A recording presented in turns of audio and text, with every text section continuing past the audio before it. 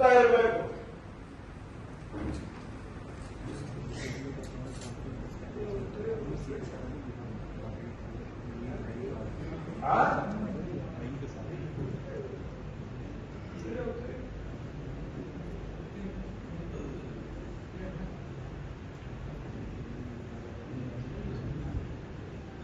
ಯಾವಾಗ ಡಿಸಿ ಅವರು ಹೇಳಿ ಕಂಪಲ್ಸರಿ ಯಾವಾಗ ಮಾಡ್ತೀರಿ? ಈಗ ನೀವು ಎಸಿ ಆಫೀಸ್ ಅಂತಾನೆ ಸ್ಟಾರ್ಟ್ ಆಗ್ಬೇಕು. ಇದು ನೀವೇ ಮಾಡಿಲ್ಲ.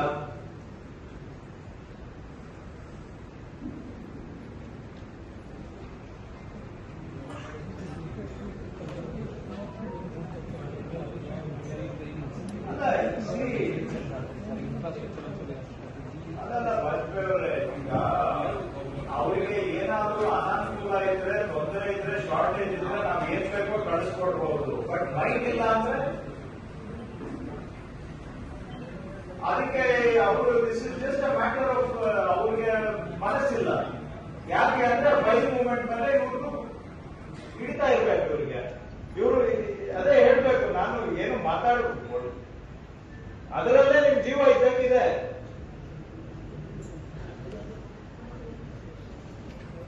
ಬೇಕಾದವ್ರದ್ದು ಮೂವ್ ಮಾಡ್ತೀರಿ, ಬೇಡದೇ ಇದ್ದವ್ರದ್ದು ಡಿಲೇ ಮಾಡ್ತೀರಿ.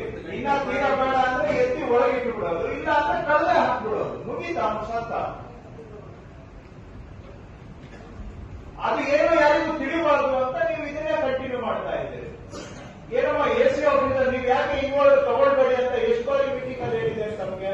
ಯಾಕೆ ಹೊಸ ಫೈಲ್ಸ್ ಬರೆಯಕ್ಕೆ ಆಫೀಸಿಂದ ಬರೋದು? ಫಿಸಿಕಲ್ ಫೈಲ್ ಯಾಕೆ ತಗೋತಾ ಇದ್ದೀರಿ?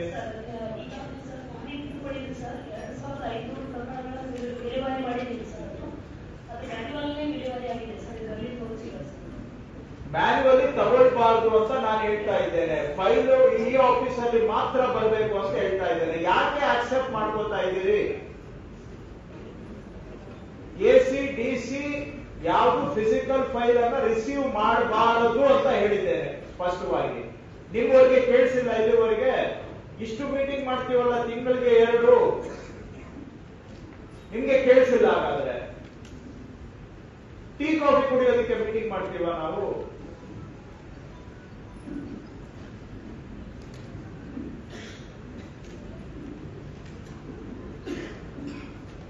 ಯಾಕೆ ರಿಸೀವ್ ಮಾಡ್ಕೋತಾ ಇದ್ದೀರಿ ಫಿಸಿಕಲ್ ಫೈಲ್? ಫೆಬ್ರವರಿ 1 ಇಂದ ಡಿಸಿ ಎಸಿ ಯಾವುದೇ ಕಾರಣಕ್ಕೂ ಫಿಸಿಕಲ್ ಫೈಲ್ ರಿಸೀವ್ ಮಾಡುವ ಹಾಗಿಲ್ಲ.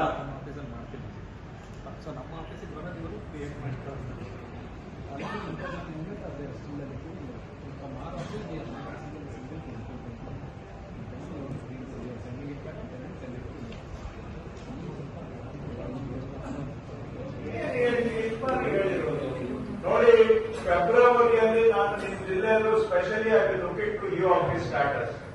ಏನಾದ್ರೂ ಅಷ್ಟೊತ್ತಿಗೆ ನೀವು ಇಂಪ್ರೂವ್ಮೆಂಟ್ ಕಾಣಲಿಲ್ಲ ಅಂದ್ರೆ ನನಗೆ ತಲೆ ಕೆಡುತ್ತೆ. ಆಮೇಲೆ